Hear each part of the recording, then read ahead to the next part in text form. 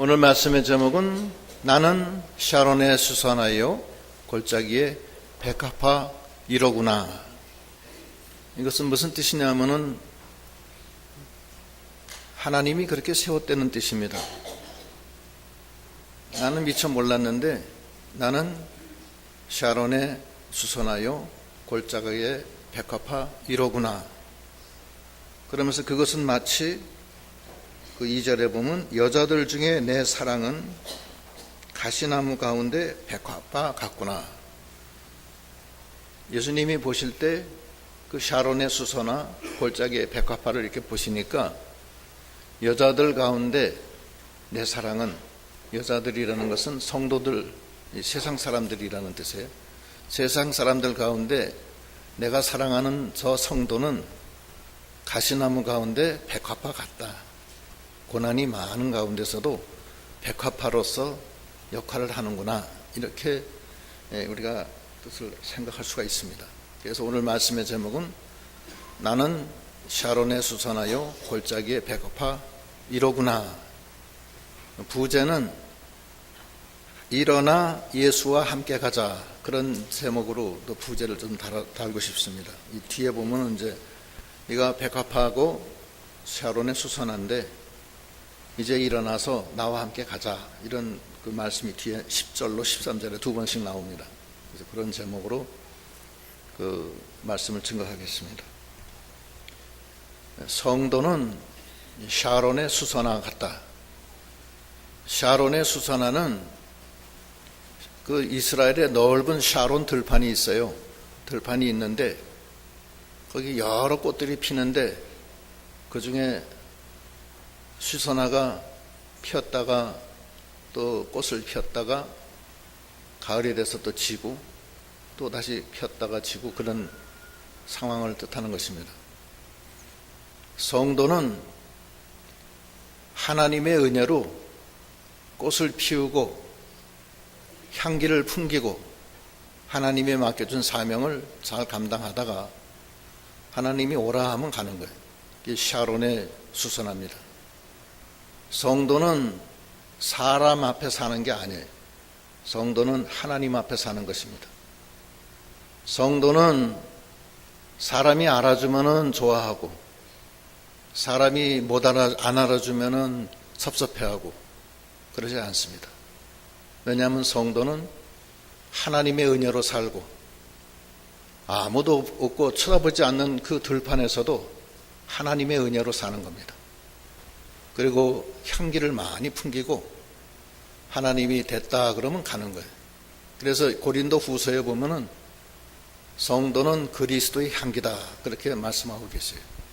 고린도 후서 2장 15절로 17절 읽어보십시오. 15절 우리는 구원 얻는 자들에게나 망하는 자들에게나 하나님 앞에서 그리스도의 향기니 이 사람에게는 사망으로 쫓아 사망에 이르는 냄새요 저 사람에게는 생명으로 쫓아 생명에 이르는 냄새라. 누가 이것을 감당하리요? 우리는 수다한 사람과 같이 하나님의 말씀을 혼잡하게 하지 아니하고 곧 순전함으로 하나님께 받은 것 같이 하나님 앞에서와 그리스도 안에서 말하노라.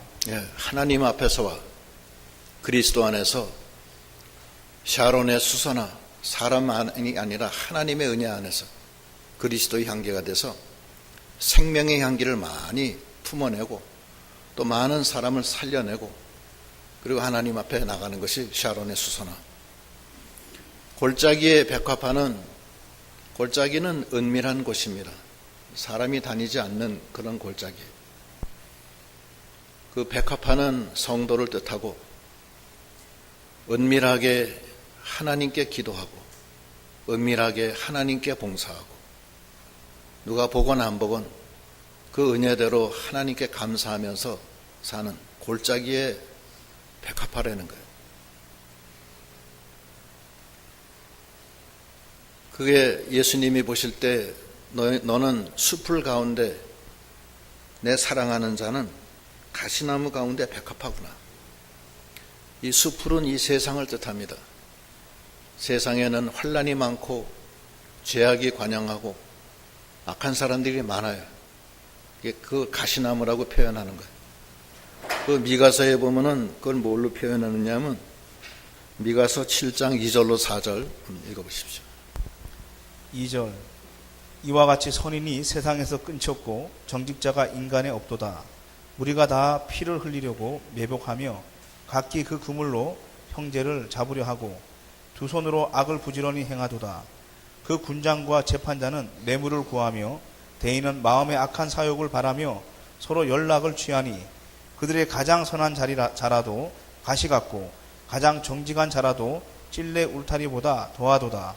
그들의 파수꾼들의 날 곧 그들의 형벌의 날이 임하였으니 이제는 선한 자가 가시 같고 또 이 착한 자라도 다 찔레나무 같다는 거예요. 찔른다는 거예요. 성도가 주 안에서 샤론의 수서나 믿음으로 그리스도의 향기가 돼서 나갈 때 가시가 옵니다. 가시. 또 핍박이 와요. 그리스도 안에서 경건하게 살고자 하는 자는 반드시 핍박을 받는다고 그랬습니다. 죄악이 관영하고 마귀 역사가 있는 이 세상에서 하나님의 아름다운 샤론의 수선화가 되고 골짜기의 백합화가 돼서 그 아름다운 그 향기, 생명의 향기를 내뿜을 때 많은 핍박과 환란이 와요. 가시가 찔려요. 가시가 찔리면은 움찔하는 게 아니라 찔리면 찔릴수록 더 아름다운 향기를 품어내는 백합화라는 거예요.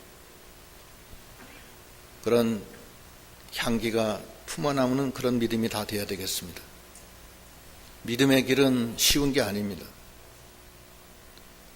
사람을 바라보지 않고 하나님을 바라봐야 되기 때문에 사람들이 시기해요. 그런 경우가 많잖아요. 그 스테반 집사는 자기를 죽이려고 하는 그 유대인들 앞에서 예수를 증거하다가 그리스도의 향기가 돼서 샤론의 수선화가 돼서 생명의 향기를 날리다가 돌에 맞아 죽잖아요. 순결당해 스테반 집사는. 그때 얼굴이 천사처럼 변하고 자기를 돌로 치는 사람을 다 용서해주고 그때 하늘문이 열려요.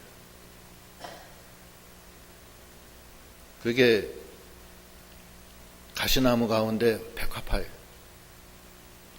손양원 목사도 목사가 된 다음에 여수에 가서 애향원이라는 그 한센인, 그러니까 문둥이죠. 문둥이 치료하는 거기를 세워가지고서 거기서 교회를 하면서 문둥이를 성도로 삼아서 문둥이를 치료해주고 때로는 피고름을 빨아주고 그렇게 해서 키우잖아요. 그 문둥이들. 그게 골짜기의 백합화예요. 얼마나 아름다워요. 그런데 어느 날은 6남매를 뒀는데 그때 여순 반란 사건 때 그 공산당들이 글로 내려와서 그 손양원 목사의 큰아들을 너 예수 믿냐? 너 믿으면은 내가 죽일 거고 안 믿으면 안 죽인다. 믿냐 안 믿냐? 난 예수 믿는다. 총으로 쏴 죽여. 둘째 아들이 형 하고 오니까 너도 예수 믿냐? 나도 예수 믿는다. 너도 죽어라. 총으로 두 형제를 쏴 죽이잖아요. 그때 손양원 목사는 나 같은 죄인에게 이 순교의 아들들을 두게 해주신 하나님께 감사합니다. 한 명의 순교자도 감사한데 둘씩이나 두게 해주신 것 감사합니다. 6남매 중 제일 귀한 첫째와 둘째를 하나님이 데려가신 것 감사합니다. 큰아들은 미국에 보내려고 유학 준비했는데 천국으로 데려갔으니까 너무나 감사합니다. 나의 아들을 죽인 그 원수를 미워하는 마음을 안 주시고 사랑하는 마음을 주신 것 감사합니다. 이렇게 해서 10개 감사를 쓰잖아요. 가시가 찔러라, 가시야 찔러라. 환란이야 와라, 환란이야 와라. 나는 그리스도의 향기를 뿜는다. 그러한 샤론에 수선하여 골짜기의 백합화, 그것은 내가 골짜기의 백합화 이로구나, 미처 내가 몰랐다. 나에게 주신 이 생명의 향기 품어내리라. 내가 사람을 보면서 사냐? 나는 하나님을 보고 산다. 이러한 그 신령한 이 신앙이 지금 이 아가서 2장에 나와 있는 것입니다. 그런 신령한 성도에는, 성도들에겐 하나님이 4개의 큰 복을 내려요. 첫째 복은 거기 3절에 나옵니다. 읽어보시오. 3절. 남자들 중에 나의 사랑하는 자는 숲을 가운데 사과나무 같구나. 내가 그 그늘에 앉아서 심히 기뻐하였고 그 실과는 내 입에 달았구나. 이거는 예수 그리스도가 사과나무로 표현된 겁니다. 이 세상은 수풀인데 사과나무 예수 그리스도가 거기에 계신 거예요. 이 세상에는 숲을 무미건조하고 열매가 없어요. 근데 사과나무 되시는 예수님이 나에게 그늘이 되주시고 그 실과가 내 입에 달았다는 거예요. 예수 그리스도는 우리에게 부활이요 생명이 되주시는 예수님이십니다. 부활의 그 열매를 주시니 얼마나 감사합니까? 그게 숲을 가운데 사과나무예요. 요한복음 11장 25절로 27절 읽어보시죠. 안 나오네. 전기가 나갔습니까? 네. 네, 전기가 어떻게 잘못된 모양이에요. 그냥 펴보시고 또 이게 들으셔도 돼요. 그냥. 11장 25절. 예수께서 가라사대 나는 부활이요 생명이니 나를 믿는 자는 죽어도 살겠고 무릇 살아서 나를 믿는 자는 영원히 죽지 아니하리니 이것을 네가 믿느냐. 예. 세상은 다 죽어요. 그런데 우리는 예수 안에서 살고 부활이 됩니다. 생명이 얼마나 감사해요. 그뿐만 아니라 예수님은 우리에게 하나님의 지혜요 하나님의 능력이라고 그랬어요. 고린도전서 1장 24절 24절. 오직 부르심을 입은 자들에게는 유대인이나 헬라인이나 그리스도는 하나님의 능력이요 하나님의 지혜니라. 예. 하나님의 능력과 지혜는 예수 그리스도 안에 있는 겁니다. 그 외에 딴 데는 없어요. 하나님의 능력은 죽은 자를 살리시는 능력입니다. 우리의 죄를 다 용서해 주시는 능력이에요. 왜냐하면 그 능력 안에는 그리스도의 십자가 구속이 있기 때문에 그래요. 우리가 다 죽을 죄를 져서 다 죽어야 되는데 예수 안에서 죄사함 받고 영원한 생명을 얻었으니 얼마나 감사해요. 그게 하나님의 능력이에요. 또 그것이 하나님의 지혜예요. 그래서 샤론에 수선하여 골짜기에 백합화는 가시나무로서 이 세상에서 핍박을 받고 이런 세상 사람들과 같이 이렇게 자유롭지 못하지만 하나님은 우리에게 사과나무가 되셔서 우리에게 단 열매를 주시고 시원하게 해주시고 부활과 생명과 하나님의 능력과 지혜가 함께 해주시는 크신 은혜를 함께 하시기 때문에 신령한 성도는 그걸로 너무나 기쁜 거예요. 두 번째 주시는 것은 잔치집에 은혜를 줘요. 두 번째 거 4절 읽어보시죠. 4절. 그가 나를 인도하여 잔치집에 들어갔으니 그 사랑이 내 위에 기로구나. 잔치집에 예수님은 나의 신부고 신랑이고 나는 그분의 신부예요. 그래서 슬기로운 다섯 처녀가 주님 오실 때 천국의 그 결혼잔치에 들어간 것과 같이 우리가 주님 안에 들어가서 주와 동행할 때 잔칫집에 돼서 기쁘고 감사한 마음이 들어오는 거예요. 슬픔이 변해서 기쁨이 되고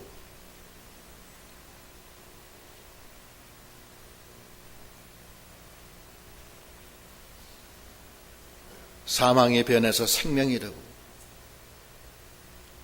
주 안에서 기뻐하라. 항상 기뻐하라. 쉬지 말고 기도하라. 범사에 감사하라.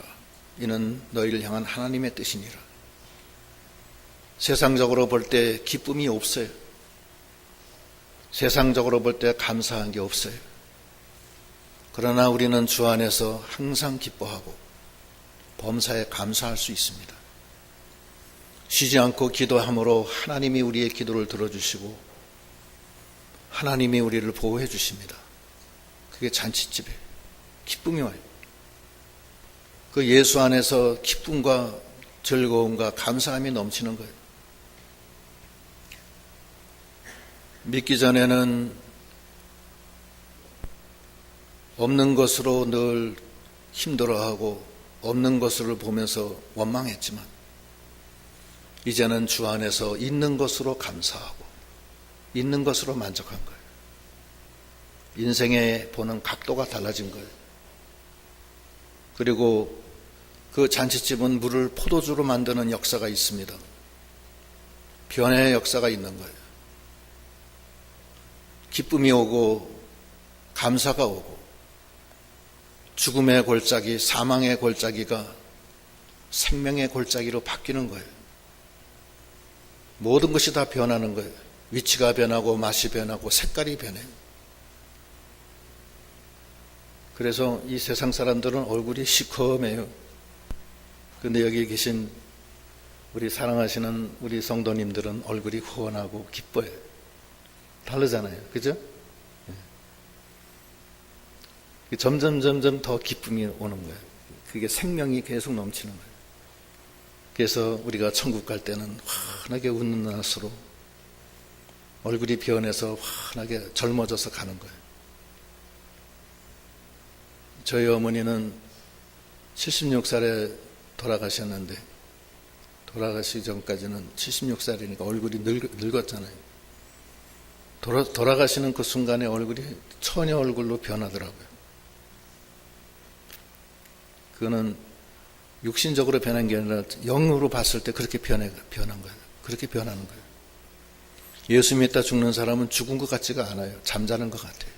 여러분들도 다 느끼셨을 겁니다. 그런 변화의 역사가 있게 되는 거예요. 세 번째는 건포도의 역사가 있습니다. 5절 읽어보세요. 5절 너희는 건포도로 내 힘을 돕고 사과로 나를 시원케 하라. 내가 사랑함으로 병이 낫음이니라. 예, 건포도는 단단한 식물이에요. 단단한 식물이라는 것은 식물을 먹는다는 것은 말씀을 순종하는 신앙을 뜻합니다. 말씀을 듣기만 하고 순종 안 하면은 그건 단단한 식물 안 먹는 거예요. 말씀을 순종하면 입에 써요. 그러나 속에 들어가면 답니다. 그리스도의 고난이 십자가의 고난이 오고 그리스도의 고난이 와요. 말씀을 순종하면. 그러나 자기 영혼은 자라나고 기쁨이 오고 하나님의 뜻이 이루어지고 천국이 이루어지는 거예요. 그게 건포도 역사예요. 영이 자라나요. 그 히브리서에 보면은 5장 13절로 14절 13절 대저 젖을 먹는 자마다 어린아이니 의의 말씀을 경험하지 못한 자요. 단단한 식물은 장성한 자의 것이니 저희는 지각을 사용함으로 연단을 받아 선악을 분별하는 자들이니라. 네, 단단한 식물. 그래서 샤론의 수산화는 사람 바라보지 않고 그리스도의 향기를 날리며 하나님 앞에서 은혜로 나가는 거예요. 그래 많은 고난이 와요. 가시가 찔리고 핍박이 오고 환란이 오고 여러 가지 시험거리가 생겨요. 그러나 그때마다 나는 십자가를 지고 주님이 가신 길을 간다. 향기를 날린다. 가시야 찔려라. 괜찮다. 이것이 주님이 가신 길이다. 그러면서 단단한 식물로 먹으면서 가는 거예요. 왜냐하면 그건 생명길이에요. 그건 거룩한 길이에요. 그건 말씀을 순종하는 길이라 힘은 들지만 그것은 하나님의 뜻을 이루어드리는 길이에요. 그게 단단한 길이에요. 좁은 길이에요. 그러나 생명길이에요. 그래서 샤론의 수서나 골짜기의 백합화는 외로운 것 같지만, 손해보는 것 같지만, 거기에는 주님이 큰 은혜를 주셔서 사과나무 되시는 주님이 위로해 주시고 단 열매를 주시고 그리스도의 부활과 생명으로 함께 하시고 하나님의 지혜와 능력이 함께 하시는 놀라운 사과나무 역사가 있고, 또 거기에는 잔치집 역사가 있어서 슬픔이 기쁨이 되고 수고하고 무거운 짐이 가벼운 짐이 되고 평안하고 위로받고 내 마음에 그리스도가 함께 계시니 참된 평화가 있도다. 그것이 잔치집 역사예요. 그리고 변화의 역사가 일어나는 거예요. 그리고 세 번째는 검포도 말씀을 순종할 때 고난은 받고 그리스도의 고난이 내 몸에 들어오지만 그 고난은 나에게 약이라. 내 영혼이 자라나고 하나님 앞에 합당한 열매를 맺고 그의 나라와 의가 이루어지니 나같이 적은 몸에서 하나님의 뜻이 이루어지니 얼마나 감사해요. 자기가 만들어지니. 그의 세 번째 은혜. 네 번째 은혜는 거기 6절. 그가 왼손으로 내 머리에 베게 하고 오른손으로 나를 안는구나. 예. 주님의 왼손으로 나의 베개가 되어주세요. 왼손은 위로의 손이야. 내가 힘들 때 주님이 위로의 손으로 나를 베게 해줘요. 평안해요. 수고하고 무거운 짐이 다 풀어지고 위로와 평안으로 함께 해주시는 주님. 오른손은 능력의 손이에요. 능력의 손으로 덮어주셔서 두렵지도 않고 무섭지도 않고 두려워하지 말라 놀라지 마라. 내가 너와 함께함이라. 내가 의로운 오른손으로 너를 붙들리라. 이렇게 말씀하시잖아요. 샤론의 수서나 골짜기의 백합화, 그 아름다운 꽃, 주님이 함께하는 그 꽃이 주님이 너무나 기쁜 거예요. 숲을 속에 내 사랑하는 자는 가시나무 가운데 백합화구나. 이런 칭찬을 듣는 우리 믿음이 되어야 되겠습니다. 사람이 나를 좋게 생각하면 기뻐하고 나를 인정 안 하면 슬퍼하고 그럴 필요가 없어요. 주님이 나를 인정해 주면 되는 거야. 샤론의 수선화야. 골짜기의 백합화야. 내가 그런 사람이구나 하는 것을 깨닫는 저희 믿음이 되어야 되겠습니다. 그래서 거기도 보면은 뭐라 그러냐면은 7절에 한번 읽어보세요. 7절. 예루살렘 여자들아, 내가 노루와 들사슴으로 너희에게 부탁한다. 내 사랑이 원하기 전에는 흔들지 말고 깨우지 말지니라. 예, 예루살렘 여자들아 그랬는데 이 예루살렘 여자는 육적인 신자를 뜻합니다. 영적인 신자가 아니에요. 그냥 단단한 식물 못 먹어요. 예루살렘 여인. 얼굴만 반들반들 화장 안 해서 이쁘기만 하지 속에는 그 영적인 연단이 없어요. 그래서 예루살렘 여자들아 날 깨우지 마라. 노루와 들사슴으로 너희에게 부탁한다. 노루하고 들사슴은 겁이 많아가지고서 조금만 무서우면 그냥 무서워하고 깜짝깜짝 놀랜대. 내가 믿음이 연약해서 노루와 들사슴 같이 이렇게 늘 흔들리는데 나를 건드리지 마라. 내가 연약하다. 나를 흔들지 마라. 나는 주님 안에서 샤론의 수선하여 골짜기의 백합하다. 주님은 나에게 사과나무가 되시고 나를 잔치집으로 인도하셔서 사랑의 깃발을 올리시고 검포도로 내 힘을 도우시고 왼손으로 나를 베게 하고 오른손으로 나를 덮어주시는 그 은혜 속에 난 거하고 있다. 나를 깨우지 마라. 나를 유혹하지 마라.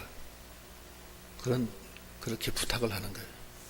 믿음의 길을 가는데 그런 유혹이 많아요. 예루살렘 여인들이 많다고요, 우리 주변에. 야, 오늘 어디 가자. 어디 가는 거예요. 주일 하나님, 죄송합니다. 오늘만 제가 좀 어디 갔다 오겠습니다. 하나님의 예배는 하나님께 충성하는 거예요. 빼먹으면 이빨 빠진 거예요. 천국 가서 이빨 몇 개 빠졌나 보세요, 한번. 왕창 빠졌는지, 어쩌다 하나 빠졌는지, 아예 안 빠졌는지, 그거 보셔야 돼요. 그래서 예루살렘 여인아, 나를 깨우지 마라. 그러고 주님은 그뿐만 아니라 우리가 어려움을 당했을 땐 찾아오십니다. 거기 보면은 8절. 나의 사랑하는 자의 목소리로구나. 보라, 그가 산에서 달리고 작은 산을 빨리 넘어오는구나. 내가 무슨 어려운 일이 있으면 막 쫓아오세요. 주님은 우리가 물 가운데 지날 때도 함께 하시고, 물이 침몰치 않게 하시고, 불 가운데 지날 때도 함께 하셔서 불이 타지 않게 해주시고, 우리를 거기서 건져주시는 주님이십니다. 우리가 어려움을 당할 때 주여 도와주소서, 힘듭니다. 그러면 주님이 들으시고 반드시 와서 도와주시는 분이세요. 오른손으로 붙들어 주시는 주님이십니다. 여기 보면은 이사야 43장 2절로 4절 보면은 물 가운데 지날 때도 함께 하신다고 그랬어요. 이사야 43장 2절. 내가 물 가운데로 지날 때에 내가 함께 할 것이라. 강을 건널 때에 물이 너를 침몰치 못할 것이며, 네가 불 가운데로 행할 때에 타지도 아니할 것이요 불꽃이 너를 사르지도 못하리니. 대저 나는 여호와 네 하나님이요. 예, 거기까지. 주님이 막 쫓아오는 거예요. 쫓아오는데 문제가 생겼어요. 19절.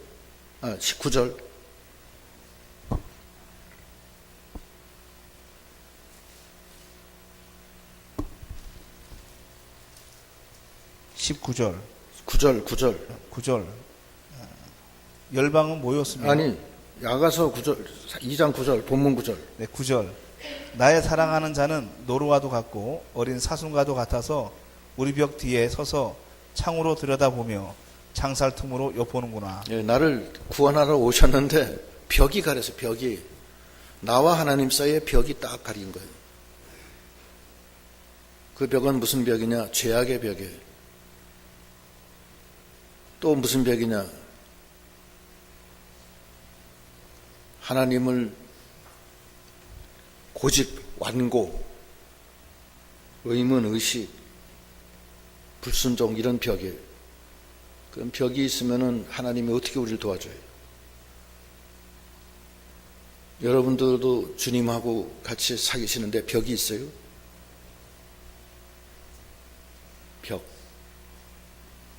벽이 있으면은 허물어야 돼요. 그래서 주님이 들어오셔야 돼요. 그래서 이사야에 보면 59장 1절로 3절 한번 읽어보세요. 1절. 여호와의 손이 짧아 구원치 못하심도 아니요 귀가 둔하여 듣지 못하심도 아니라 오직 너희 죄악이 너희와 너희 하나님 사이를 내었고 너희 죄가 그 얼굴을 가리워서 너희를 듣지 않으시게 함이니 이는 너희 손이 피해 너희 손가락이 죄악에 더러웠으며 너희 입술은 거짓을 말하며 너희 혀는 악독을 바람이라. 예. 우리 속에 우리가 죄가 있으면요 주님과 상관이 없어요. 예수님도 그러시잖아요. 발을 닦아주시면서 베드로가 예수님이 어떻게 제 발을 닦습니까? 닦지 마소서 그러니까 뭐래? 예수님이 발을 닦지 않으면 너와 나와는 상관이 없다 그래.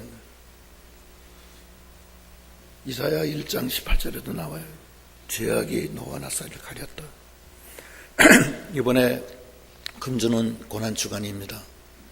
우리가 고난받으신 주 안에 들어가야 돼. 들어가는 첫째 조건은 참 회개를 해야 돼요.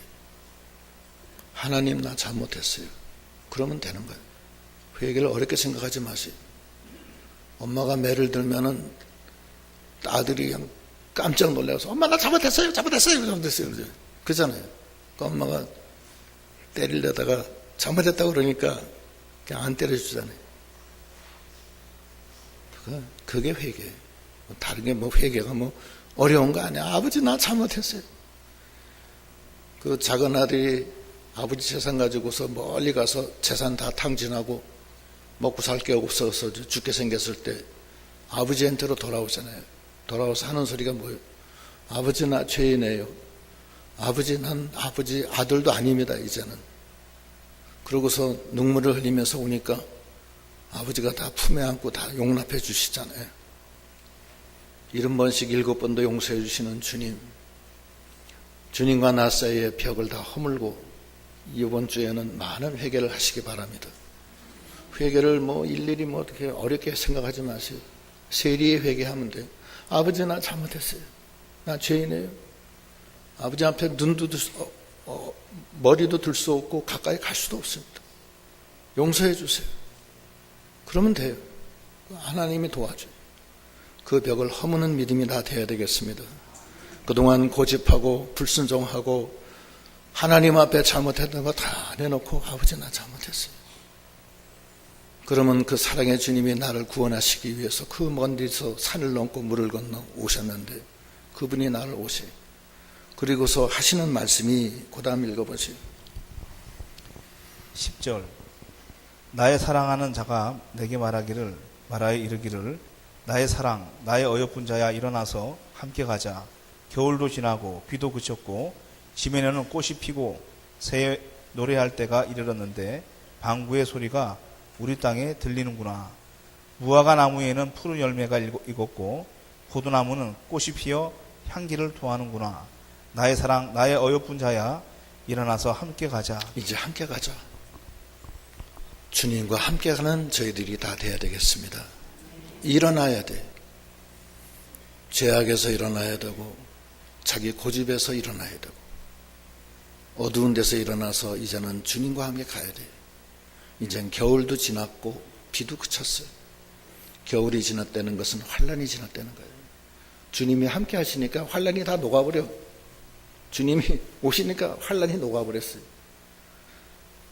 그리고 비도 그쳤고 그 다음에 겨울 지면에 꽃이 피고 새의 노래할 때가 이르렀는데 반구의 소리가 우리 땅에 들리는구나. 반구는 비둘기. 비둘기는 성령의 역사예요. 이제는 강한 성령의 역사가 함께 하시니 이제는 그 모든 것이 꽃이 피고 즐거운 이때 이제는 일어나라. 그 어두운 데 있지 말고 일어나서 나와 함께 가자. 그러한 믿음이 다 되어야 되겠습니다. 그 다음 읽어보시죠. 14절. 바위 틈 낭떠러지 은밀한 곳에 있는 나의 비둘기야, 나로 네 얼굴을 보게 하라. 네 소리를 듣게 하라. 네 소리는 부드럽고 네 얼굴은 아름답구나. 예, 기도하라는 거예요. 바위 틈 낭떠러지에서 기도하는 네 모습이 나가 보고 싶다는 거예요. 기도를 많이 하셔야 되겠습니다. 그래서 이번 주에는 이제 고난주간이기 때문에 여러분들께서 형편과 처지는 다 다르지만 할 수 있는 대로 새벽 기도 많이 나오셔서 기도하시고 또 가정에서도 시간을 정해놓고 늘 기도하셔서 주님의 그 부활의 그 권능에 참여하는 그런 여러분 되시기를 바랍니다. 그 다음 읽어보시죠. 15절. 우리를 위하여 여우 곧 포도원을 허는 작은 여우를 잡으라. 우리의 포도원에 꽃이 피었음이니라. 네, 그런데 예수와 동행할 때 중요한 게 하나 있어요. 우리 속에 작은 여우가 있어요. 작은 여우. 육신의 부패성이에요. 믿음으로 나간다고 하지만 내 속에 작은 여우가 있어요. 작은 여우는 다 있어요. 누구든지. 없다고 생각하면 안 돼요. 다 속에 음란하고 또 욕심과 탐욕과 시기와 쟁투가 다 있어요. 그게 작은 여우인데 그는 자기가 잘 관리해야 돼요. 사도 바울도 그 로마서에 보면은 그 자기 속에 있는 내적 갈등이 심했어요. 하나님은 나는 하나님 성령은 나를 이쪽으로 이끄시는데 내 속에 있는 또 다른 악한 세력이 나를 또 딴 곳으로 옮기기 때문에 오호 나는 공고한 사람이로다. 내가 어찌할까? 그런 고민이 막 속에 있어요. 우리도 마찬가지예요. 우리가 주님과 동행할 때는 작은 여우를 잡아야 돼. 자기를 제한해야 돼. 그 다음 읽어보시죠. 16절. 나의 사랑하는 자는 내게 속하였고 나는 그에게 속하였구나. 그가 백합화 가운데서 양떼를 먹이는구나. 17절. 나의 사랑하는 자야 날이 기울고 그림자가 갈 때에 돌아와서 베드르 산에서의 노루와 어린 사슴 같아여라. 네, 이제 자신감을 가지라는 거예요. 나는 네게 속했고 너는 내게 속했다는 거예요. 우리가 하나님의 거예요. 우리의 주인은 하나님이고 나는 하나님의 아들이고 하나님은 내 아버지. 그리고 주님 재림하실 때가 가까이 왔다는 거예요. 사랑하는 자야 날이 기울고 그림자가 갈 때에 그림자가 간다는 것은 그림자가 없어지는 거예요. 그러니까 어두워진다는 뜻이에요. 어두워질 때에 베드르 산에서의 노루와 어린 사슴 같아여라. 후다닥 빨리 오라는 거예요. 그래서 주님이 재림할 때가 가까이 왔으니까. 그리고 너는 네게 아니라 하나님의 것이니까 속히 일어나 네 속에 있는 작은 여우를 잡고 나와 함께 가자. 겨울도 지나고 비도 그치고 산에 화초가 키고 방구가 우는 이때에 주님과 함께 손을 잡고 일어나 가자. 샤론의 수선하야 골짜기의 백합하야 네가 고생이 많구나. 그러나 내가 너와 함께해서 너에게 사과나무가 되고 너에게 잔치집을 데려가주고 너에게 건포도의 역사가 있어서 네 영혼이 자라나고 네가 힘들 때 내가 왼손으로 너를 위로해주고 베개를 해주고 네가 힘이 없을 때 내가 오른손으로 너를 붙들리라. 나와 함께 가자. 하나님의 기뻐하시는 뜻을 이루자. 같이 기도하시겠습니다.